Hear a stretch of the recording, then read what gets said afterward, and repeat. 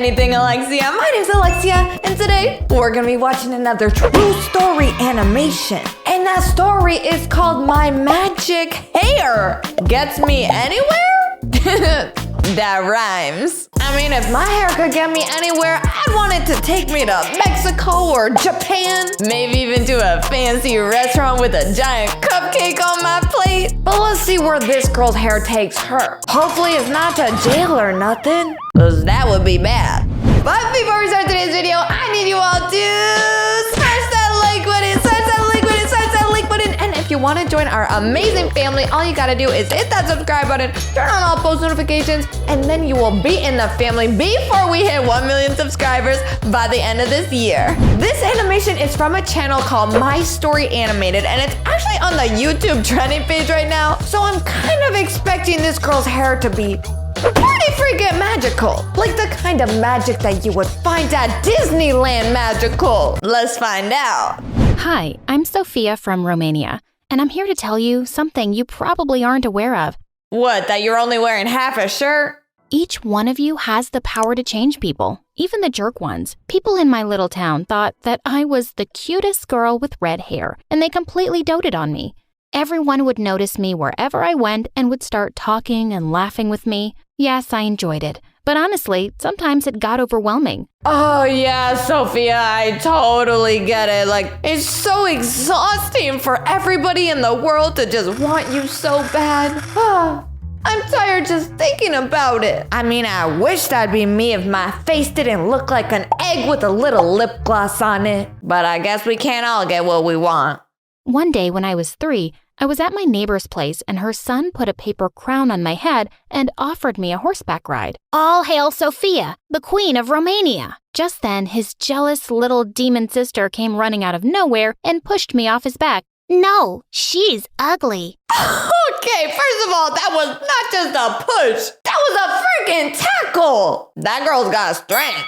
Then she squirted glue in my hair. I pushed her and was about to attack her when my mom took me away. All evening, my parents cried and I tried to comfort them. It's okay, Mom, Dad. It will grow back, prettier than before, I promise. Eventually, they just had to cut my hair, and it did grow back all lovely and thick in a few months. When I was 4, Mom started taking me to a small farm 2 hours away from our house just to have my hair washed with goat's milk. That was insane, but being around sheep and goats was fun. I refused to let them wash my hair unless I milked the goat myself. It took me 4 hours though, but I did what I enjoyed. I mean, if milking goats is what you enjoy, then what do you do for fun when you're at home? I don't think I want to know. Dad's favorite thing was to spend every evening brushing out my shiny curls as we sat around the fireplace, but I only agreed if he read me stories. One day, Dad sent my picture for a modeling job, and I got accepted. I told my parents that I was only 5 and I had a childhood I wanted to enjoy. They promised the job wouldn't affect anything, and it would make them proud and happy. So I agreed. And just like that, I started modeling for the following years. By the time I was in 9th grade, I was a pretty popular hair model for all sorts of shampoos and hair products.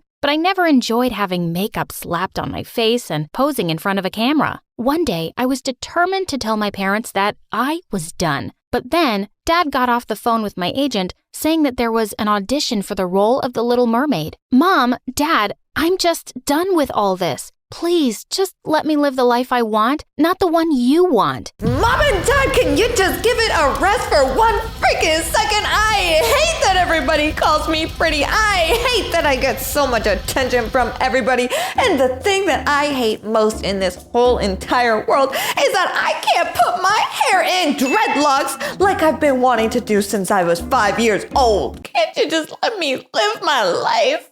With that, I stormed off to my room. And no, I didn't go to that audition. Months later, Dad said I got an acting job offer in LA. I knew there was no use protesting, but I thought to myself that the States is the land of freedom, and the moment I would arrive there, I would be more free. And just like that, we'd flown across the world and settled in LA. It was really different from anything back home. But all I was thinking about was school. I wanted to do well so I could study law in college. Why? So you can finally throw your parents in the one place they belong for controlling your whole life? In jail?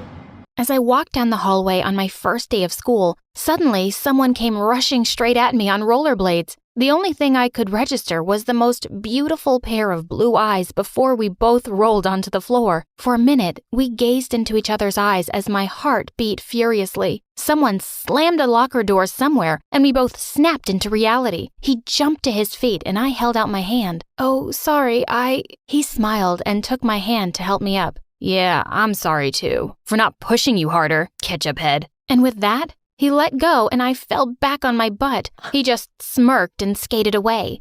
I stared at him in disbelief. Oh, he called you ketchup head.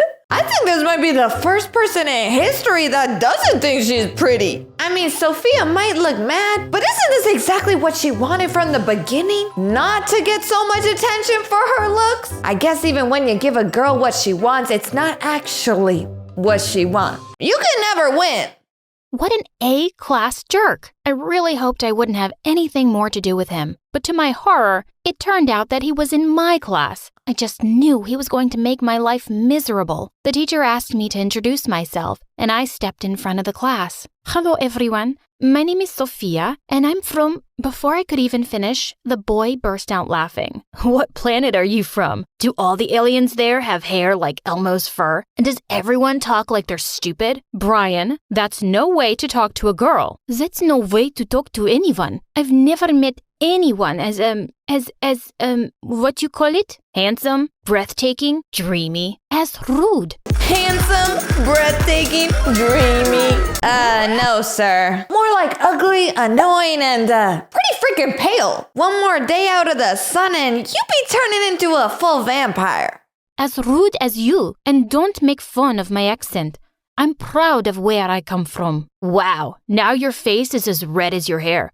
Do all ketchup heads get this angry? Only if they meet stupid people like you." Oh, Paris, Sophia, you get him. He might be calling you ketchup head, but I think you should be calling him fried brain because his hair looks all burnt, and I think so is his mind too, because he's stupid. Someone from the back called out, "Geez, get a room, guys." "What room? I'm new here. Can someone guide me?" "Oh yeah, I will." Everyone started laughing as he got up. I didn't really understand what was so funny, but the teacher was banging on the table to make everyone quiet. "Brian, that's enough. You'll be staying back for detention today. Tell me something new." The teacher glared at him, but decided to ignore him for the rest of the lesson. Later at lunch, I found out from all the girls that Brian was the bratty son of some rich businessman, and he was just always getting into trouble. But even the principal doesn't really say anything because his parents are big donors. I'd be a bit worried if I was you. You seem to be his next target. I'm not scared of some stupid jerk boy. Just then, Brian walked over to my table with a blonde girl and said, "Here, a new friend. She speaks like a robot, but not like a ketchup head. Maybe more like a mustard head. Listen, I have to be honest here." The real reason I keep calling you ketchup head and her mustard head, because I have a sick obsession with eating hot dogs, and I really like my condiments. Ketchup, mustard, relish. I like all of them. So I only call you ketchup head because I kind of like you. You guys do have a beautiful accent. See, I can be nice. How about a kiss? I felt my temper flaring up again and rose from the bench to punch his face. But before I could attack him, he turned around to leave, and I decided to let it go. The next day, I walked into the classroom for the chemistry lesson to find no one was there. It turned out that it had been shifted to the lab, and I was 15 minutes late by the time I finally found it. "Ah, Sophia, you must be the new student.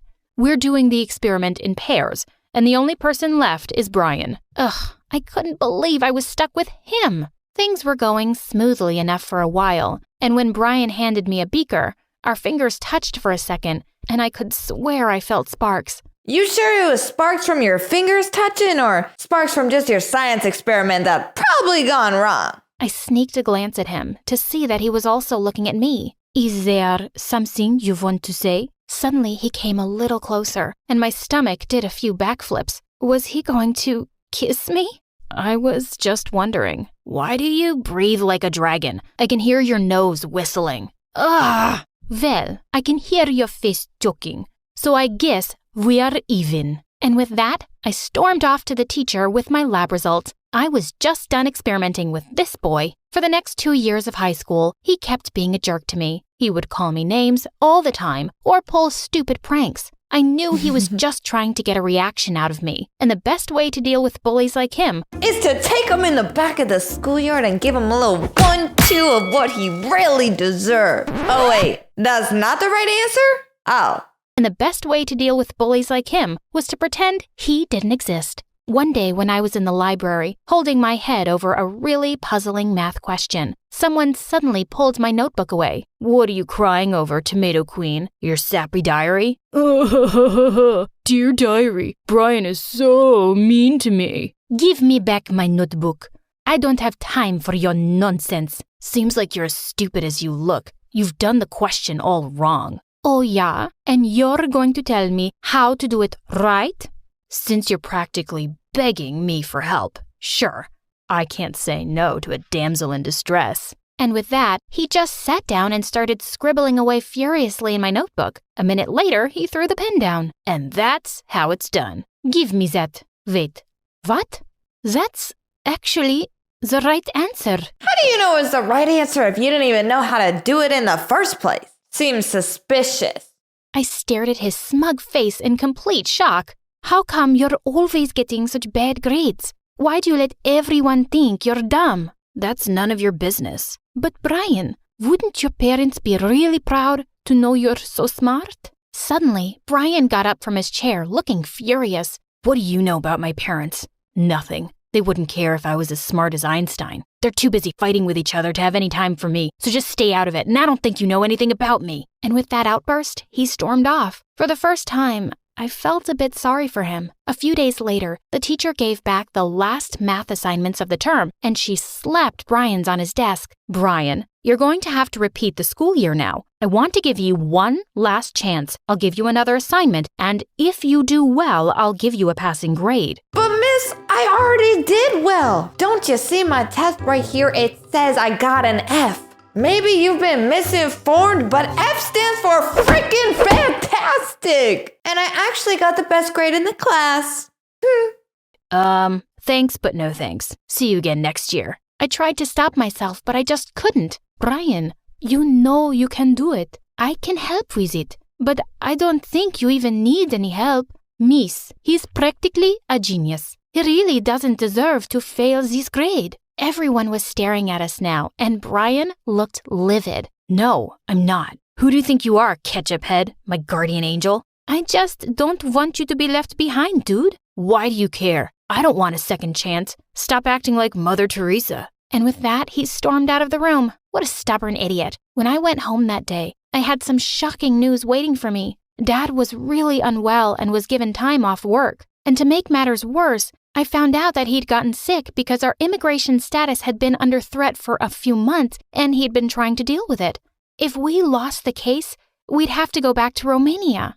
I felt devastated. I skipped the next few days of school to help Mom take care of Dad. But when I finally returned, I was taking some stuff out of my locker when I heard Brian behind me. "Oh no, you're back?" My eyes were feeling so much better because they weren't hurting every day looking at your hair. I started walking away, but he kept following me. "Come on, what's the big secret? Where were you? Growing tomatoes? Making ketchup?" "If you must know, Dad has been working too hard lately, and he fell sick, so I was taking care of him." "Oh, I feel so sorry for your dad. Sorry that he has such a dumb, ugly daughter, and he brought her all the way from Romania and worked so hard, just so she can have a good life. You made him sick, ketchup head. You make me sick too, actually." He'd really stepped on a nerve, and I snapped. I turned around and gave him a hard slap. "You're just a spoiled, ungrateful brat." Oh! Now Brian's face be looking the exact same as Sophia's hair. Red and fiery. Did he deserve it? I don't know. But is it funny to look at it and see the look on his face? Kinda. "You're just a spoiled, ungrateful brat who's been given everything in this world. And you just want to waste it and make others miserable. To think I ever felt sorry for you. I hate you. And don't worry. Soon enough, you won't ever see me again." I stormed off, and this time, he didn't follow me. A few days later, we went to court to fight our immigration case. But to our dismay, the judge ruled against us. Just then, a well-dressed man came running into the courtroom. Your Honor, I'd like to submit an appeal in this family's case. They deserve to stay here. We just stared at the stranger and he started firing some legal mumbo-jumbo and handed papers to the judge. And to our shock, the judge actually changed his decision and we won the case. We didn't have to leave. As we hugged each other, we turned to the man and thanked him over and over again. But sir, if I may ask, who are you? I'm your friend Brian's private family lawyer. The boy has been after me non-stop for the past few days to look into your family's case. Oh my God, Brian? Did he really do that? I headed straight for school after that. I looked everywhere and finally found him sitting alone on the bleachers. He looked stunned to see me as I sat down beside him. Brian, why did you do that? I don't know. Maybe because you tried to help me, even though I've been nothing but a complete jerk to you. And maybe because I've had a crush on you from the start. My face broke into a huge grin. I always knew it. You like ketchup head. You like ketchup head, don't you?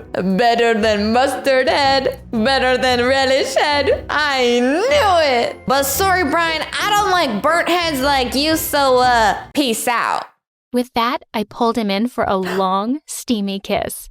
So I have been living in LA for a good long time. I've become a lawyer and mostly deal with people's immigration cases because I want to help others like me. Oh, and I'm married to Brian now. And we have a beautiful daughter, Leah. I'm teaching her both English and Romanian because learning different languages makes you smarter and changes the way you think. Wait, so now Ketchup Head has a Ketchup Head 2.0? As a little baby child with burnt head? Oh man, I'm confused. There's too many heads going on. But it looks like Sophia landed herself her dream job as a lawyer, her dream boy, and he also happens to be a little, a lot rich. So I think Sophia's doing just fine. But anyways, family, that is all of the true story animation that I have for you today. If you liked today's video, don't forget to smash that like button. And if you want to join our family before we reach 1 million subscribers, hit that subscribe button and turn on all post notifications so you won't miss any of our videos. I love you all so much, and I'll see you all in the next video.